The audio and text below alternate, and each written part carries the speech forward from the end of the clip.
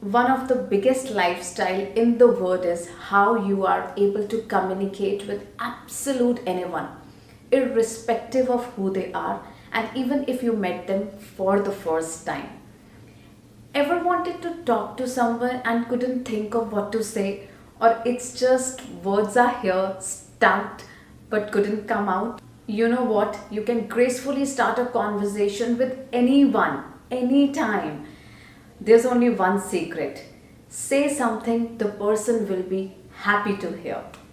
So, the first step in having a conversation with anyone is to make the person bit comfortable by wearing a slight smile on your face. Yes, when you approach someone with a smile on your face, I mean, not a vast smile, it should be a slight smile on your face. It shows your positive attitude, it shows that you are a bit confident, and even it reflects that you are a bit trustworthy. And you need to avoid that frown face, or you are approaching someone with a frown face, because somewhere it gives kind of impression that keep distance, and uh, people have that impression that this person is not that trustworthy or is not having that positive attitude. So next time whenever you approach someone, just wear a slight smile, as it even draws people attention. On number 2 is skip the small talk. Hey, hi, how are you? All good. How's the weather? It's freezing cold. What's up? Nothing much. You can't expect engaging long answers to short and boring questions. People love to talk about the things that are important to them. Do you remember the game Name Place Animal thing? This technique is an icebreaker. I always apply this technique. It's like you can ask anything personal related to their name, place, animal or pets, or anything which is close to them.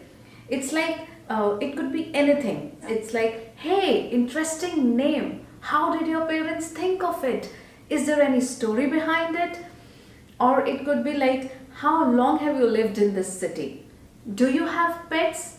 See, answers to these questions are always unique, always personal. It's like you will be surprised how much people are willing to share. It's just you ask. And this brings me to point number 3, and that is pay a unique and genuine compliment. I've read somewhere, people will forget what you'll do, they'll forget what you'll say, but they'll never forget how you'll make them feel. So, next time, whenever you meet someone, just pay a nice, genuine, unique compliment. I have a story to share.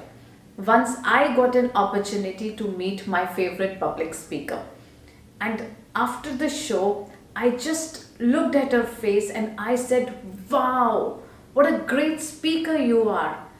And to my surprise, there was no reaction on her face. And I asked to myself, how? I realized that maybe she is hearing the same compliment again and again, probably 1,000 times. So there are some words which we listen again and again and we are immune to them. So try and construct a compliment which is unique and genuine. Conversation requires a balance between talking and listening. And somewhere we along the way have lost the balance.